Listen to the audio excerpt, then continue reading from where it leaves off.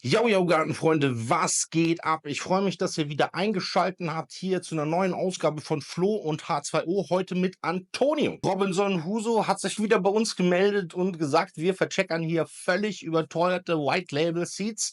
Da haben wir uns gedacht, holen wir doch mal Antonio an den Start. Den Breeder, der hinter Dope Seed steht, der für die Kreation unserer Sorten verantwortlich ist. Antonio war vor ein paar Wochen hier.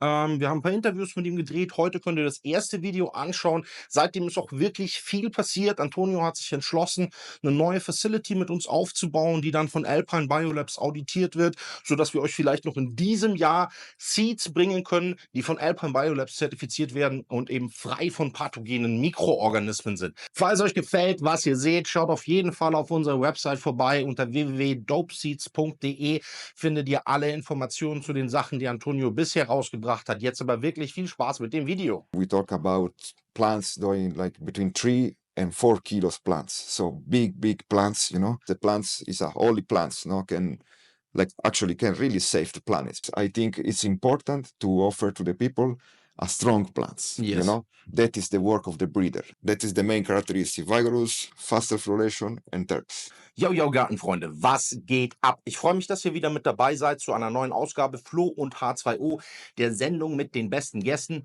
Heute mit Antonio. Antonio, how are you? All good? All good, all good. Antonio ist der Breeder, von dem wir die Seeds für die Herbstkollektion bekommen haben und von dem wir jetzt auch die Seeds für unsere Winterkollektion am Start haben. Er ist heute hier, um uns ein bisschen was über seine Geschichte zu erzählen. Wie ist er dazu gekommen, dass er Seeds macht? Wie arbeitet er im Garten? Und vor allem auch, was sind die Genetiken, die ihn wirklich abholen? Ja? Insofern wünsche ich euch viel Spaß mit dem Talk und sagt direktamente, los geht's. Dope Seeds, yeah. Greetings to everybody. My name, like I say, is Antonio, and I'm the breeder. I'm living actually now in Tenerife, in Canary Island. My experience with the plants starts almost, let's say, 15 years ago, a little bit more. In 2006 was my first experience. I went to California.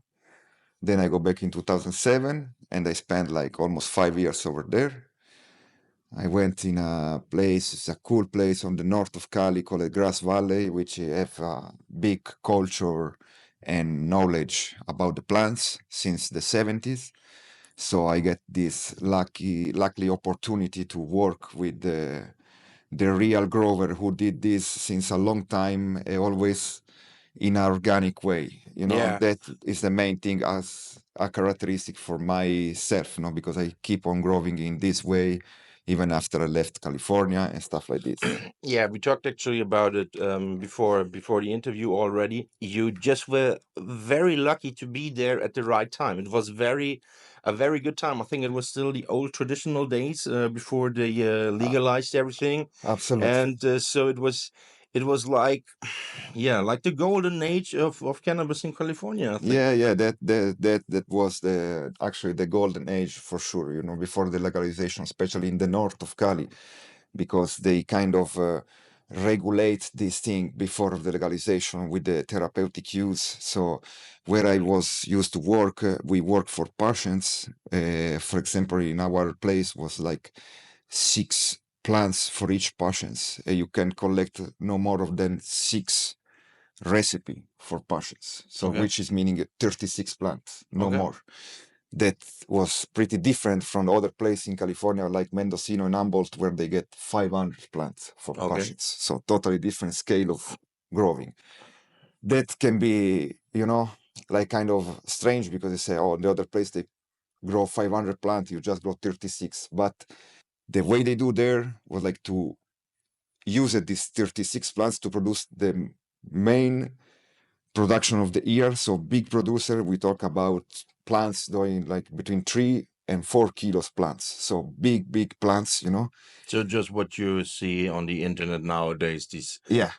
crazy huge trees. Was exactly. Yeah, you've been there, you worked there. Yeah, man, I get this lucky opportunity to work over there, no, and see all the technique they use, which they start since like February with clones or from seeds, and then you grow indoor, and then when it's coming April, You go out in greenhouse with lamps support, so you're gonna use the plants to the light day, Yeah. but you support the cycle of the plants, with the artificial lights during the night, so you go around 17 hour, 16, 17 hour, and waiting until May, and then at around the 20 of May, 25 of May is the time when you want to put out the plants in outdoor in the pot where you want to. And we were used to pot like at least 1,000-liter pot. Okay. Yes.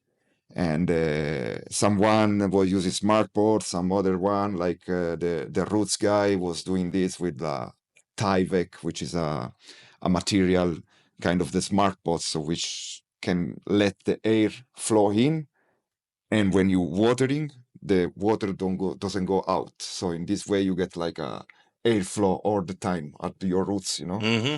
And we put it there on the soil, so even if it was just it was 1,000-liter already, but every time the plants go down, and the roots go down, And the roots, and yeah. looking for them humidity. So in this way, you get this kind of trees. Okay, this is the way to get these big Okay. trees. And Okay. have you been using like living soil methods fertilizers, or have you been using like organic liquid Okay, fertilizers? depend. Okay, each grower. Where I work with 4 different guys over there, and 2 of them they were used to mixing in the soil. So Mhm. before we take everything like kelp, bathwano, kale, all things to put it in the soil. We mix it, and then we transplant the plant in this 1,000 pot. Okay. Yeah. We water in the pot before, 2 weeks before you activated everything, so you get really a bunch of water on that pot without the plant. So in this way, every nutrient you put in the soil get activated, so that is ready for the plants to absorb. Yeah. And we transplant over there. For sure, always we do the composting. So even if you do the living soil, we used to do the composting. So feed them with composting, and once in a week spray them with the composting. Yeah, that's also a very good technique. Because that is the best technique, because you is when you spray the composting on top. The guy was telling me it's like if you have a bacteria, you spray 1,000,000 of bacteria on top of the plant. So Yeah. for sure you find an antagonist. Someone is contrary of Yeah. that fungus or whatever. Yes. So the plants get Yes. healthy anyhow. It's just like the plants start to look really crazy once you start spraying compost. They really like it a lot. Yeah, Absolutely. if you Yeah, apply it like actually, how often did you say, like once a week you apply? once a week we spray. Once a Yeah. week we spray, and then we feed them depend from the season. No, when it's really hot, you feed with the water every day, and every 2 days you put the composting. The first month, like let's say from May, June until July, you just do for once in a week, with the composting, and then Mhm. you water it, because it's, the plants have to absorb all the nutrients, so develop the roots, absorb all the nutrients you put in the living soil. And so this is the way I learn, and actually it's important for me because they teach me about to love the plants and also love the environment around the plants, because the plants is a holy plants, can really save the planet, because it's good for the soil, it's good for the environment, and It's good for the you don't people. want crush the environment around using chemical Yeah. stuff and things like this. So this is how I learn, and I keep on going like this. So I give thanks for this opportunity to stay in a good time, when I were a good time in California with the good people, who teach me the good way to do. I think this is a very important aspect, and I really like to grow outdoors or in a greenhouse, because you get amazing quality, and it's just you see the plants really love it. Yeah, but unfortunately, where I am, I cannot do it because I cannot protect it from others accessing it at the moment. So I cannot grow outdoor, and I have to grow indoor. But when you see all the Cali butters around here now, that really comes from California, that makes me think a lot about the environment, because you have I'm not sure, I think like 5 to 15 tons of CO2 per kilogram dry flower that is produced in California once it got here. And Yeah. this is it's incredible. I mean, you've got to think about it, 5 to 15 tons of CO2 for It's a 1 lot. kilogram of dry flower. That's crazy. So I also think respecting the nature and respecting the plant is very important for a good success in the garden. Absolutely, Yeah. absolutely, absolutely. Yeah, so you say they taught you to love the plant. To me, it's also I feel deeply connected with my plants. Yeah, I'm kind of used to meditate with my plants. Like when I'm in there, I kind of try to feel them, kind of try to breathe with them or something. I don't know. I cannot tell, but I try to connect with them, and I feel I connected big time with them. And this Absolutely. helps me really to be a better grower. I learned this from Soma. He said it in a video, and I actually talked to about it with him last year. That this is something, this connection, this to your plants is also like a good thing for yourself. So Absolutely. wherever you are, you can kind of connect with your plants, and you always be kind of home. Yeah, and It's a living being. It's a living being. Give you Yeah. back the thing. You know, you Yeah. give energy, and they will give you back energy if you're ready to feel it. This energy, you know. So, like you said, you know, especially when you grow your own plants, you know, you start from when they are little one, and then you can get these trees outdoor or even indoor. You know, you get this energy. It's back and forward. No, you give and you Yes. receive. You Yes. give and you receive. So Yes. And to me, that's also like, this is also the bud that I want to smoke in the end. I want to have a bud from a happy plant. I think even if I maybe get a little more THC out of it, or a little bigger flower, if I stress the plant out, a happy plant will give me a happy bud kind of. absolutely, Yeah. absolutely.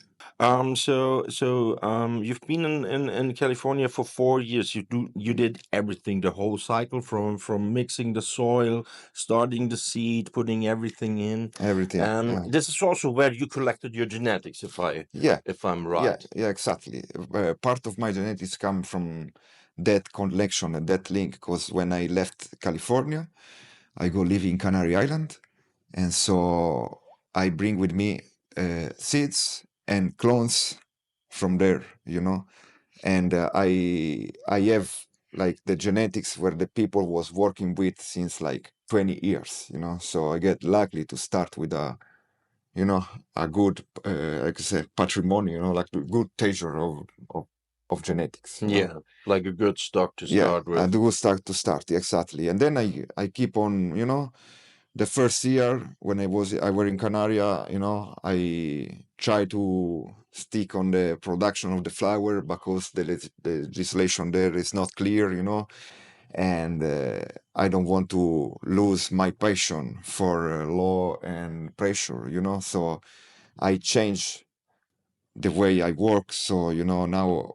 since there, you know, I'm coming to Canary Island and I start this love of breeding, you know, of looking for something else, you know, using my genetics and transform this in something else, you know. So looking for the best quality, the vigors, the terps, you know, the faster floration. And so I start to cross these genetics from Cali, you know. I received something else during the years, you know, selected some male, and from there starting all the thing with the breeding. Yeah. Let's say from the main one, the first one get like the vigorous plants was the Sour Crush crossed with the Tangerine Dream. This coming from a brother of mine from Colorado. It's really good friend, good breeder. And this plant was selected for the vigor, and she keep on have the same vigor of since then, you know. Now it's like 12 years I have this mama, Okay. and she's still the same, even better than before. Okay. She's without until now we didn't do no tissue culture, so just plant, mother, clone, mother, clone, mother, clone, but still she have the same vigorous because this was the way the guy selected it. So from that also come from my technique, no? Because when I selected that strain, first have to be vigorous strain, even if it's the best terp strain or super resinous, but if have no vigorous, I remove, because I think it's important to offer to the people a strong plants. You Yes. know, that is the work of the breeder. The breeder have to looking for the strong plants, And then second characteristic after the strong plants, all you're looking for. So terps, potency, or whatever, But first of all, is the vigorous of the plant. The plant have to be vigorous because not everybody is a pro grow, Mhm. The main people, they start to grow and Mhm. I think they need to use easy genetics, not simple, but easy genetics to grow, I because also think so. in this way you get more into this, you get more with passion because you can realize, oh wow, I do, Yeah, I did this. I had a great success. exactly, Yeah, exactly, and I'm happy with the results. So that's ex- also what we want with our fertilizer, and also why we sell the seeds, because we wanted people to have success and to grow their own wheat and to be happy with it, because it gives so much. It's a hobby that gives so much to me and to many other people that I know. And yeah, why not doing it? So you say that they are vigorous is one of your of the key features yeah, of your breeding styles. yeah, You want to give like solid genetics to the people that do bring a good success easy early on, not just like, I mean, there are plants that I love a lot, but they're difficult to grow. I yeah, mean, like real difficult, especially if you use liquid nutrients. Yeah, then it can be really difficult to grow some strains that I also like a lot. But yeah, I yes, don't have nothing against a strain that just grows vigorous and easy, and you don't have any pain in the ass. Because if you, I mean, what we're talking about is that you maybe it dries a bit too much back on one day, and then the whole plant just says, "Oh, fuck you," and it takes her forever to recover to from get it back, and yes, to get really again to be a very happy plant. With another plant, if you don't water it like half a day or whatever, you are too late and she shows some stress, you just give some more water and she will be happy like 6 hours later again, and you no, won't see a difference. So yeah, I exactly get what you're looking for. And yeah, also here in Germany now there are a lot of new growers. Yeah. So like we legalized 3 plants on April 1st, and a lot of people started growing wheat now. Yeah. Beforehand it was a tighter group of people, because it was illegal. Yeah, but the interest has always been very big. I don't know how many people ask me, you think I can grow wheat at home? And I always said, yes, of course you can grow wheat at home. Yeah, but don't you think the police will find out? I say, how often has the police been at your house yeah, man. before? Yeah. Depend on how you act in life. That is Yeah, important. and I think if you're drunk 6 days a week and you beat your wife and everything, then you should not grow wheat at home. But if you were a easy guy, but a lot of people still were too scared to do it, and now they all enjoy their new freedom. Yeah, and this has blown up the market very much. And we want to, with dope seeds, we want to bring like quality seeds to the people, so they have a good success in the garden. Because if you buy a setup, even if it's compared a cheap setup, just a small 10 LED light, and everything, you spend a lot of money, you put a lot of effort in, and if the genetics then don't deliver, because for example they have HLVD or they are just shitty cheap seeds, that then yeah, everything falls apart and it's super disappointing because you put so much into it and then you don't get it out. So Yeah. That is what I was meaning. No, in this way, when you plants and start with vigorous plants, no, you get into this passion more easy. Because you can yes. see the result by the way. And say, okay, good. So you want to learn better. Instead, some actually happened to some friend of mine. They start with their own grow, but they always have problem. Mhm. With seeds. They always have problem with them genetics. And then after a while you kind of lose your passion on doing this. So Yeah. that is super important. Super important. And after the vigorous, I try to select it also for the faster, so my genetics, they don't go forward of 9 weeks of floration, no, because that is another main thing, because the people who used to grow now, like you say, luckily for you guys, and I hope this is going to be a movement for all over the world, Europe first. But if it's illegal, no, you want to have a plant don't grow and flower in like 3 months, no, because it's too much, because you want to have Yes. faster thing, Yes. So, but faster doesn't mean like less quality. So in this way, I selected the thing first vigorous, and then the faster way, because I want plant ready in 8 weeks of floration, maximum 9 weeks. From that, the third part important is the terps. So the kind of terps the plants have, you know. Mm-hmm. And so that is the main characteristic: vigorous, faster floration, and terps. This is what I'm always looking for when I select a new genetics, no? Okay. Yeah, I think flowering time is super important because people are not willing to put so much time into it. And also, the long flowering plants are also more difficult to grow most of the time. Yeah, also because if the game is longer, you have more possibility to win, but also more possibility to lose, you know, because it's a longer game, you know, I so think something so can too. happen. So if the plant is vigorous and fast, Yeah. you know, if you do a good job, you know, easy in 2 weeks, Yeah. in 2 months, it's good to go, you know. So when I was in Amsterdam like 10 years ago or something, I went to the Katsu coffee shop, which is a very nice place, and I bought some Lester Green spoon. Yeah, and they kind of apologized because it was so expensive. Yeah. They said, yeah, but you have to understand, it takes forever. It takes 18 weeks to flower, and we only make like 300 grams a square meter. It was 18 euros. I still remember every fucking detail from that.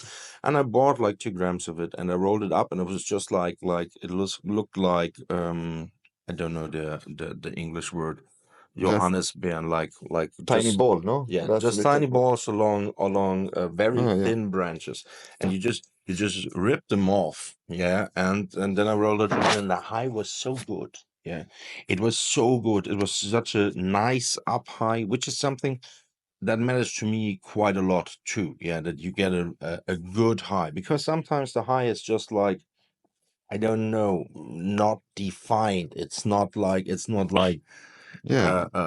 a hard hitter. It's not like elevating. It's something in between, and then kind of feel stuck somehow. Yeah, because the main thing we smoke is, or we use is hybrid. So when the hybrid is coming, also the high of the hybrid is different, you know, because it's Yes. a hybrid high, you know, it's not a clear high. For that, every part of the, oh, you know, in the 70s, in the 60s, when the hippie movement start to travel, you know, you can talk with these guys and they can tell you know the weed have different high where you smoke. If you smoke in Thailandia, it was different. If you Okay. smoke somewhere else, you know, because it was not just the THC or the cannabinoid, but it's a complex element of the terps, you know, the weather, the soil where it's grow, you know, all these things make you the high, you know, different high. So I trust in, I believe what you say, you know, is it this way. So, Yeah. but actually what then the market going, you know, how the law is, you know, and you know everything now is they want the shortcut, you know, to have the best results, you know. So for this way, I try to select things faster, no. This Yeah. I doesn't would mean I don't never. appreciate the old school sativa with long floration Yeah. because they are so amazing for terps and for the high, but they are not like good for for the condition we have now, no, to grow Yeah, and stuff like that's this. it's That just not it's just not it's just not what you can do nowadays. You should do you can do it, but you should be aware that it's just some niche interested that you're having, and it's you cannot say you use it you like it's just for lovers. Yeah, for yeah. people who love it. I would never grow a plant that takes 18 weeks because I could grow like two More than two growing. more than two grow cycles in the same time, but not that difficult to grow plants. But for example, I had a sour secret with strawberry banana from DNA Genetics a long time ago, and it was a very resinous plant, and she finished also in 8 weeks. Yeah, she was completely white. Even under the microscope, you could almost see no plant matter, and it was such an up high. You smoked it. It was even expanding in the lungs, like when you inhale, yeah. But then you got it like in such a good up high. I really missed that strain. Yeah. It was very good. Yeah. So you mentioned tissue culture before. We already talked about it off camera, of course. You told me that you wanna put backup of all your breeding plants into TC soon. Just tell some Yeah, about it, how you're gonna do it. yeah, because you know, now this opportunity of back up the plant in a tissue culture is really important, no? Because first of all, you use in a little space, you can easily store 500 genetics, Yes. instead of have Yes. 500 mother plants, which is, you need a big growing room, and a bunch of lamps to use, electricity and work, and also after a while, the plant, even if you are a good grower, after the plants have to be renovated, Yeah, because I she know. They start to lose, lose their potency and stuff vitality, like that. kind of. So this tissue culture is gonna change the game for sure, because one is this, you can store a bunch of genetics, so you can reuse it, this genetics, for example, after 2 years, and during this time, because in this tissue culture she have the best condition, it's like I always say it's like when the baby born premature baby, Yeah. and they put in Yeah. this, where they have all the environment perfect for the baby. Same thing is for in the tissue culture for the plants. So you put the little tiny piece of plants, a little branch, even from a leaves, but it's always better to use a little branch, so in this way Yeah, it's from a more node. vigorous. And the plants get like stored there, and during this time she getting better. She's like she like, I would say, yeah, She like, gets rejuvenated. yeah, exactly in this Yes. way. So to everybody who doesn't know what tissue culture is, it's basically you take a very small part of the plant, which contains like the stem cells of the plant. They contain all the information that is needed for the plant, like for the leaves, for the roots, for the flowers. They contain all the information, just like human stem roots, stem cell contain all the information for our body, our system. Yeah. And when you can put them into like like little vials with a media in it where they grow, it takes a very long time, like you said, 2 years maybe, until you're ready, like 1 to 1.5 years at least. And but then you get a new plant that is made from the stem cells, and the stem cells will really rejuvenate.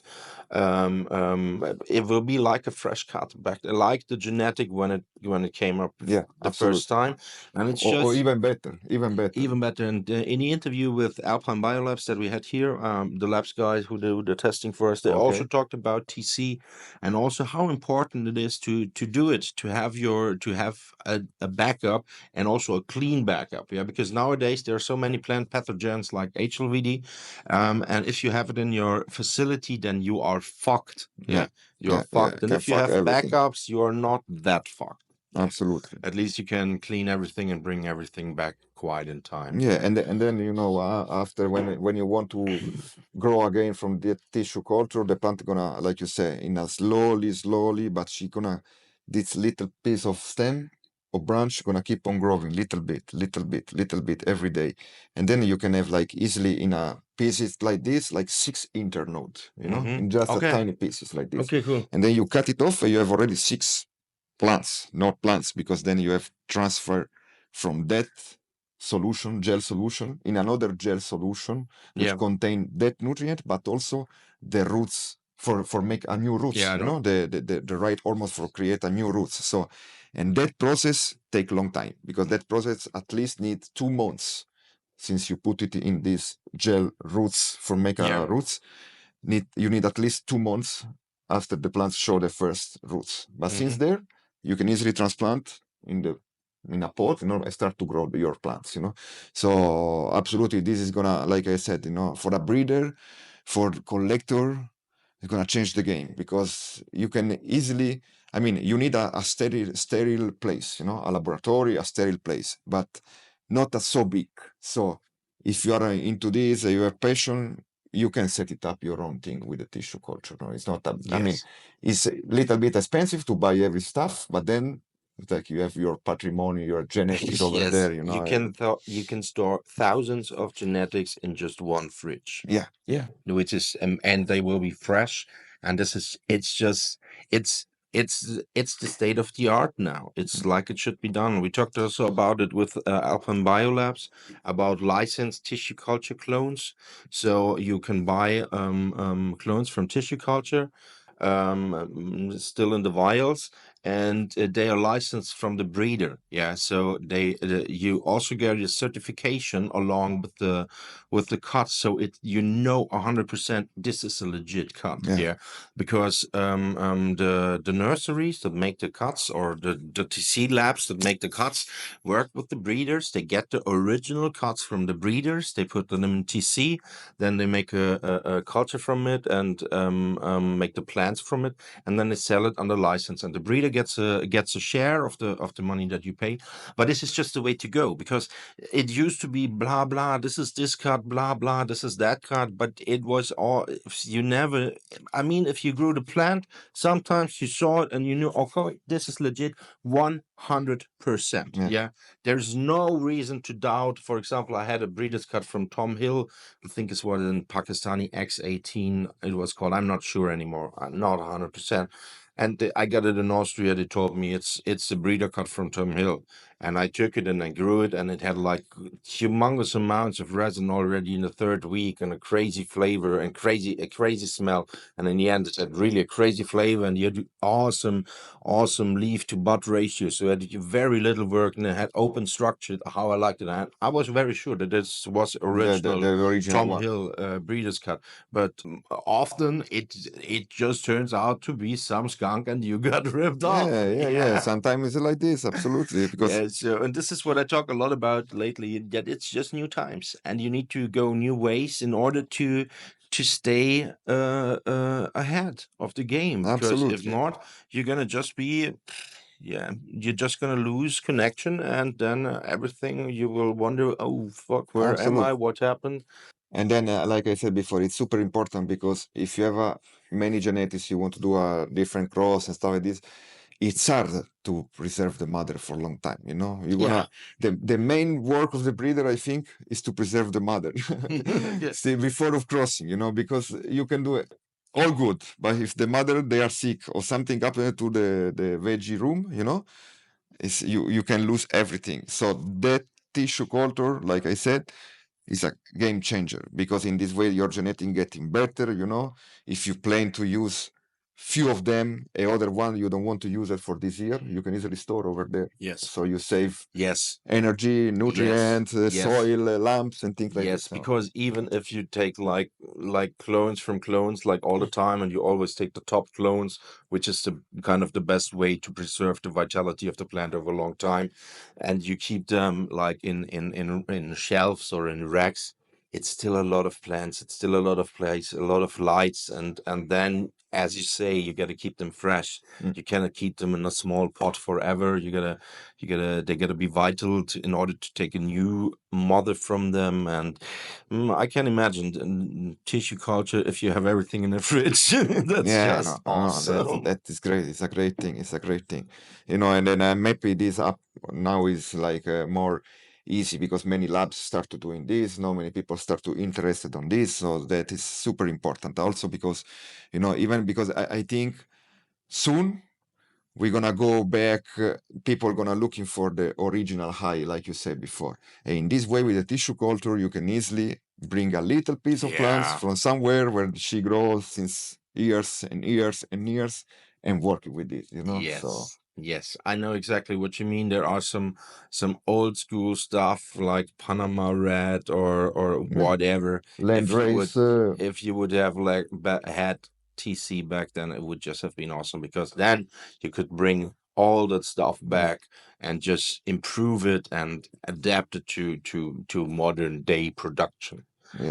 Yeah. Yeah, and it's crazy because it's a funny thing because when I was in Cali already in 2008, the guy I was working with, was a big guy, old guy, you know, he was already mentioned about this and tell me, you know, there is opportunity to save our genetics just from a little piece of plants, you know, and you put in the gel because he didn't know to explain me good, but you know, this was Yeah. existing already, you know, and tell me, so in this way you can travel South America or Asia, you know, and take a little piece of plant and bring back to Cali, you know, and we work. Yeah. And it was like, this is impossible. Like how can work? I know. I was like, I can't believe it. This is And now, after like almost 20 years, now luckily we start to have this opportunity for Yeah. real, no? Yeah. Everybody can use it. So Yeah, I think it's like the industry is changing so fast now. Yeah, I used to hear it from the US always when I watched some YouTube videos. They always said, "Oh, the industry is changing so fast now." Now it happens here. Now I know what they meant. Yeah,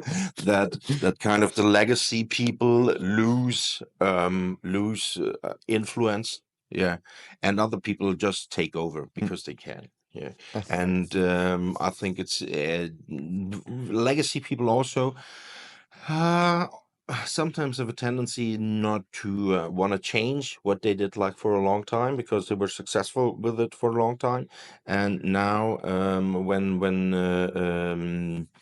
times change, they kind of want to stick with it, but it's not the way to go. So I really think, as I said before, it's new times now, and you need just to take new measures in order to keep up with all the shit because yeah. we're not getting younger. Yeah, and there are other guys who are also fucking smart and who are still fucking hungry. Yeah, and who also want to take part of the game. So we need to keep up with this, and tissue culture is definitely Absolutely. necessary to do so. I mean, I met a guy. He's working for Kana. George is his name. George Hatfield. Shout out! You're really a cool guy. I was very happy to meet you.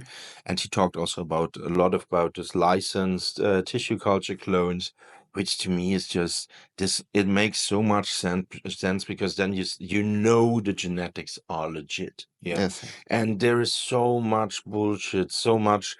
I mean, white label seeds are coming millions and millions and millions to Europe. Yeah, and they are cheap. I heard that the Chinese are going to Yeah, you make told me white this. label seeds now. I told you yesterday. Yeah, so right now the price for white label seeds is like 10 to 20 cents per seed. But the Chinese are going to offer like 10 seeds for 1 cent or something like this. So the price and the quality will go down even more, I think. AliExpress seeds. Yeah, AliExpress seeds, basically. And this is just not what I want. I want like just bring together like the people from who built this industry. Yeah, who yeah who enabled all that to us. Yeah, for example, like the owners of the grow shops. When I started growing, there were 3 books about growing wheat, and they were shitty. Yeah, and I went to a grow shop, and the guy taught me how to grow wheat. Yeah, Mhm. and they people like that. Shout out to George, the other George, and Jürgen, and all the other guys in the trenches, who who shared their knowledge with hundreds of customers throughout the years, who helped to produce tons and tons and tons of the nicest homegrown craft flour you can imagine. Yeah, because they shared their love and their passion, and they enabled it. Yeah, and they are not the winners of the legalization. They are not. Yeah, more often than not, you don't see that they are like I said, getting the cream of the milk. Yeah, Yeah. rather they lose their influence, they lose their relevance. Yeah, and they kind of fade away, and this is very sad. So I want to, with dope seeds, I want to bring those guys together and give them the platform that they deserve. Yeah, to really push um good quality seeds from good people who love what they do. Yeah. I talked to with the I was in Prague in November at the Canafest, and I talked to a lot of readers about collaborations. I also talked to you about it, and they were all super happy to do it. They all said yes, please, let's do. And I got the impression, and one of the guys also said it openly, that they are disappointed and envious, yeah, that they put all the work in, but they don't get any hype. Yes. Yeah, and this is a sad thing because they really put everything in it that they have. It's their life. They dedicate their life to it. But people who buy white label seeds from the US and to sell them here to brands like, for example, Dope Seeds in Europe, yeah, they make a lot of money. And some of those brands who sell white label seeds big time, they also make a lot of money. Mhm. Yeah. But as I said, the people who put in the work often don't get their share. And Yeah. this is how I want to push Dope Seeds. I want to push like small breeders that love what they do and that really bring quality and passion to the game. Yeah, for sure the market's gonna respond about this, because once you try the thing, you're gonna see the difference between something do it just for commercial use and something else do it Yes. with passion. Yes. When you see passion in the back, even that is the sad way how the system or the business work. So like we said before, sometimes the guy who built everything doesn't get a little part, and the other one get the big amount of the cake. Yeah. And so what Flo do with these Dope Seeds, it's super important for people like me, because at least we get recognized as something back. We get the value of our passion, and I'm pretty sure all the people he mentioned, they first did for passion. Not for the money. That is the thing, because the plants, we love the plants, like we said before, we feel it, the energy, when we grow, when we select the genetics, until like this. So we do for passion. For sure, we want to live out of our passion. That is our goal. So we want to live good with our passion. But we don't move this just for, I will make money on this and that. Yeah, No. this is the next opportunity to make a whole bunch of money. Yeah. So you do it because you love it, and as you see, you see the difference. Just what it's made for. If it's made with love and passion, Absolutely. it's just a different product. But I think this is working for everything else, even for the vegetable, even for the food, even for the clothes. I mean, whatever if you buy something made it with passion, with hard work, on the back, it's something always better than promote X guy who make this product just for $1 million, sell it all over, Yeah. I know some in Germany. I mean, I've been growing wheat for a long time. Just like you, I started with friends like 2001 around something growing the first plants, and we were always very, very, let's say, undercover. Yeah, very. Yeah, we did not disclose a lot of things. Yeah, and for example, there are guys that I hang out with like for a decade, and I don't know their full name, for example. Yeah, because everybody's just kind of careful because, especially here in Bavaria, it's a super rough business. And I know a lot of small breeders who really put their love into this and who really get great stuff. I mean, real great stuff. And I think they should.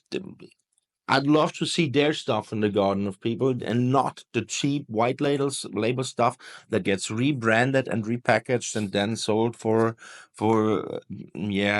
some money. And it's always, no matter how much money you put on it, it's just not worth it. Yeah, even if you get them for cheap, because they're not made with love, they're not made with passion. They're just made for the money, and this is just not what I want to have in my garden. And if we talk about happy customers, about people who are successful in the garden, who have success, and who keep their passion and who stay motivated to work in the garden, this is super important for me. It's just super important for me that you also get the right vibe. I'm usually not like a spiritual guy or something, but with my plants, it's different. I really got to say, with some things, I say, for me it matters a lot how I feel about it. Yeah, and to me, just like plants that are just produced for the money, seeds that are just produced for the money, never perform just similarly to the plants to the seeds that I got from my friends. Absolutely. Like when 2010 around. Also, George, shout out again, Prepper Star, who gave me a bunch of seeds. It was like a cross from the Flav and Super Lemon Haze. And I grew the plant, and it was just like a modern structure plant. It had like long branches, open structure, golf ball knock, golf ball knock, golf ball knock, golf ball knock. Super heavy, super resinous, super flavor. And I went up to him. He was a grow shop owner. Yeah, and Okay. he passed me a bunch of seeds, and I grew them, of course. Yeah. And it was some of the best genetics I ever had in my life. And I said, well, where you had those seeds from? And he smiled and said, I made them myself. And was Wow. like, what the fuck? I think you cannot do that. I think you need a breeder. I said, no. You just need a female plant and a male plant. And if you bring them together, you end up with a bunch of seeds. I was like, wow. And I tried a whole bunch, and a lot of seeds then, because it was you got I bought seeds, I selected them, and I had a huge stock of mothers, like over 20 mothers. Yeah. Okay. But I never made seeds with them, because I thought it would not work, because the first guy that told me about growing wheat said, no, you cannot do it. You need a real breeder. Otherwise, it's just bullshit. Buy serious seeds, for example. So I stuck with serious seeds for a very long time. And then I crossed all my studs, all my ladies that I really loved, that really performed well. Yeah. And the seeds that came out were just amazing. I gave For out sure. thousands and thousands of seeds to many countries all over the world. Yeah, it was just great, and people also gave me a good feedback. And this is also because I put the passion in it, I put the love in it, and this is what you get back from it, and it's just the best, one of the best things in the world. Yeah, to share that love, and to go to a garden of another person and to see how it works out in their environment and their setup and for them, and how happy they are when they have it. Yeah. So I'm Absolutely. kind of envious to you being the breeder of dope seeds, not me. Yeah, it's a pleasure for me. It's a blessing for real, because like I said, it's something I love.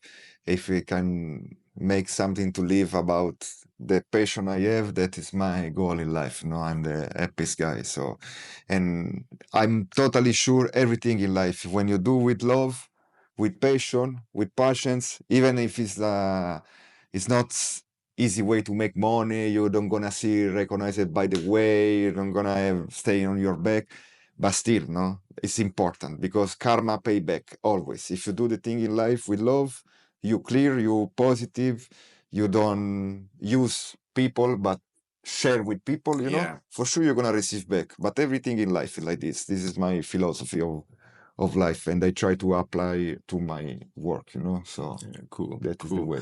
So, talking about your work, what people are very interested in is how you make your crosses. You told me, for example, that you brought a lot of stuff from the US, and you also brought a lot of quality stuff. But you also told me off camera that you make like hunts from.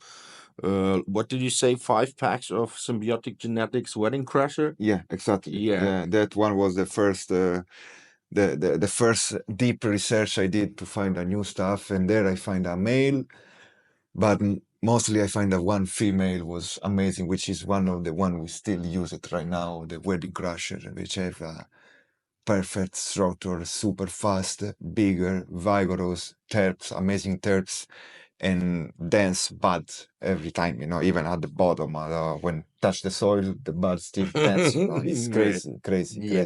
So when you make a new cross, how does it work? How do you IBLs? Do you do back crosses? Okay, so all the things I do normally, since I select the male, then I use my male to pollinate the genetic I want, not the female I want to, So in this way I get regular.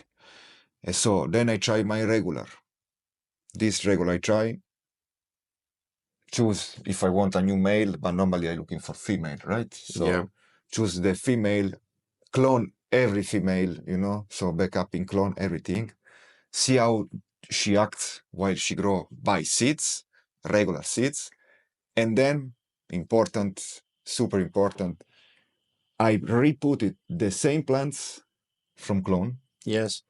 to flower again. Yes. Because that, from what I feel in my experience, is the way you really learn how the genetics reacts. Because just from seeds, you can choose the plants because you say, oh, that is vigorous plants, or Mhm, that nice mhm. terps, or something, but it's not for sure the same you're gonna get, in the Yeah, future. yeah, Instead, if you do a clone from the mama, the seed mama, and then you grow in floration that clone, then you're gonna see actually how the genetic react. Because since that clone, every clone you make it more in the future, you're gonna have the same characteristics. That is yes, super important. So what yes, I do, I plant my regular, select the female, make the clone, put again the clone to flower, and from there I start to select it. So which is meaning like I said before, the vigorous plant, possibility if she's faster, and terps, the terps is super important because at the end what the people like is to have a good taste, yes, yes. at the end of everything, Yes, you want to this have a is good taste. also what I really liked about your stuff. He gave me like 3 strains a couple of years ago, and I tried all of them. And this is what I really liked, that they were tasting good to the end. This is something. So many strains look good, have nice flower. You look at it, and it looks amazing. But then you smoke it, you take a couple of hits, and then it tastes like ass. Yeah. And this is just not what I want to have. I want to have something that really tastes to the last hit. So when I take the last hit of a joint, it's like, okay, and now I want to smoke the next one because this tasted so fire. Yeah. And this is what I had with your stuff. So Yeah, so big up. thank you. And so after this, once I select the plants if I want to do seeds, there is 2 way, the way normally everybody use, which is crossing one female with another, or you can back crossing. So in this way, you get a S1. Yeah. And when you get S1 coming from your own regular, your own female selected by regular, by the clones of the mama, like I said before. So this is take you like almost year and a half, 2 years, no, to to get what you want, no. And then I back cross, so I revert her and crossing with herself. So in this way we get S1 seed, and the S1 seed, they have this characteristic of have like stability and kind of the same characteristic of growing. So Okay. which is important, I think, also for the people, because when you plant like 3 seed or 5 seed or 10 seed, and then one plant is super tall, another one is short, another one is bigger, another is in this way you never get in through, to understand how you work, if you're going good, if you fit good the plant, all the stuff. Instead, if you have stable plants with seeds, which they grow kind of the same,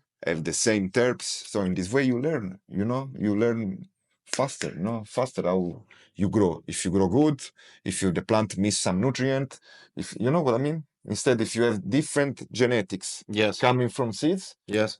for the grow who is not a pro grow, you Now can I get easily it. make a mistake, Now I get because it. you Yeah, never yeah. understand if you're doing good or not. Instead, if you have a stable plant, you put 10 seed, you're gonna have 10 plants very similar each one. Yeah. So in this way, you understand if you are feeding them good, if you do a good job, So I think it's really important, And also at the end of the harvesting, you have the same quality of wheat, that is super important. Yeah, that's doesn't have like so different terps and things like like the this. one strain, the Killer Queen, the Critical Cross. It was I grew it, and it was like so stable. It was really, it could have been clones. One of them was like 20% bigger, but everything like flowering time, bud shape, bud size, flavor, the shape of the plant, everything, it could have been a clone. That was really amazing. Yeah, it was very convincing, I think. Yeah, that is. I mean, I think that with the S1, when you find your own regular, So like I said, you need 2 years to do at least to do this job. But that once you find your female coming from your own regular, you backcross her, you're gonna have a stable seed for sure. Stable Yeah, seed. yeah. You told me with the new stuff that we're dropping now soon, or just dropping, or just drop. I don't know when this video comes out, but you've been working on it for almost 3 years now. Yeah, Yeah, man. that's a man. long time, bro. Yeah, man. But because before I put it out to the people, I give to the people, I want to stay sure what I looking for and what I'm working with, So that Yeah. is super important, I think. Yeah. That's so cool. Honestly, I'm so happy that I'm working with you now. The only thing that makes me sad that I did not start working with you right from the beginning. Yeah, I just did not think about it. I mean, you have your own label, your own seed label, and I did not think about asking you for wholesale seeds. yeah, It was, but I'm so super happy that we're working together now yeah. because Things coming when is the right time. So now probably is the right time. And so yeah, we go because forward right now. I think it's a great opportunity for both of us. Yeah. Absolutely, absolutely. I really want to crush it with dope seeds. I want to bring high grade seeds from good people to the people at home for a reasonable price, and I want to have them tested, and I really want to be them state of the art. Yeah, now is the time arrived to change. You know? Yes. So it's the change coming. Yes. I think we're good with this, I but also you think know, so. yeah. I also think I so. don't know. Think about you if Yeah. you have any question more. I don't know. No. No, so I think we talked about a lot of stuff, and Antonio gave us a good impression of how he got where he is at now, and how he's working, and what what he stresses in his work, what matters to him. So I really want to say thank you, Antonio, for coming by, Thank you for coming all the long way from Canary Island to here to give this interview. Thanks so So much for this I opportunity. appreciate it really a lot. And Same way, my brother. Same way. Same way. Big up. Big up. Und an Big up, euch. family. One family. Yo, ich sag für euch immer vielen Dank für eure Aufmerksamkeit, vielen Dank für eure Liebe, auch danke für euren Hass. Haltet die Ohren steif und adios, muchachos.